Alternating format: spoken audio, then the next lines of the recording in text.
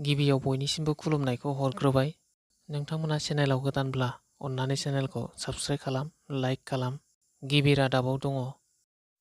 बिटिआरनि गाहाय खुंगिरि प्रमद बर'नि नुजाथिनायाव कक्लाबारि ब्लक इयुथ बिपिएफनि आफादगिरि सोगोमसार बर' आरो सेन्ट्रेल राभा सेल बिपिएफनि अर्गेनाइजिं सेक्रेटारि रुबुल राभाया इउपिपिएल दोलोआव जयनिं जाबाय।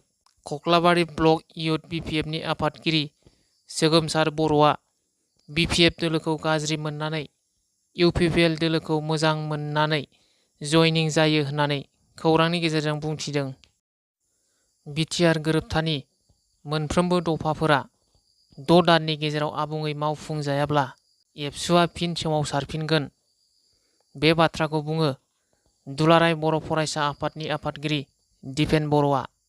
जेराव दुलाराय बर' फरायसा आफादा जर'खा थान्दै जथुम आरो 37थि बड'लेण्ड मुंख्लं सान फालिथायखौ साननैनि मेहेरगोनां हाबाफारिनि गेजेरजों रायमना फ्रेन्डस क्लाबनि गेलेग्रा फोथाराव गाजा गोमजायै खुंफुंदों।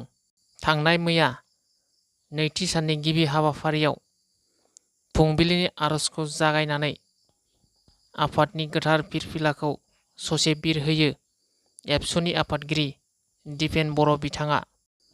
फिरफिला बिरहोनाय हाबाफारियाव बाहागो लानानै बिथाङा फैबाय थानाय 6 दाननि गेजेराव बिटिआर गोरोबथानि मोनफ्रोमबो दफाफोरा आबुङै मावफुंजायाब्ला फिन सोमावसारफिननाय जागोन होनना गावनि बेसेन गोसा बिबुंथिनि गेजेरजों गोख्रों रावजों बुंदों।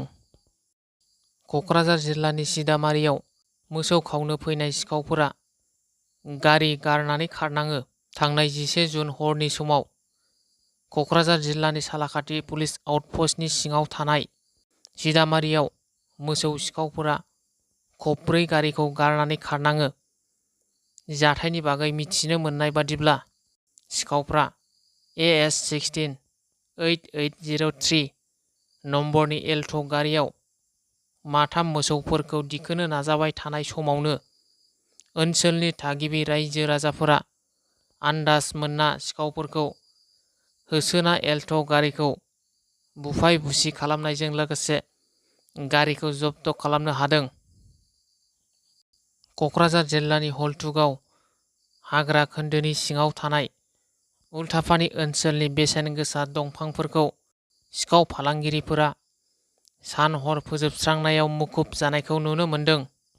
हाग्रा बिफाननि मावथिफोरा गोख्रों डिउटि होदोंब्लाबो सिखाव फालांगिरिफोरा जेननानै थायाखै। मिथिनो मोननाय बादिब्ला हाग्रा बिफाननि मावथिफोरा गं 26 साइकेलफोरखौ हमनो हायो होनना मिथिनो मोननाय जायो।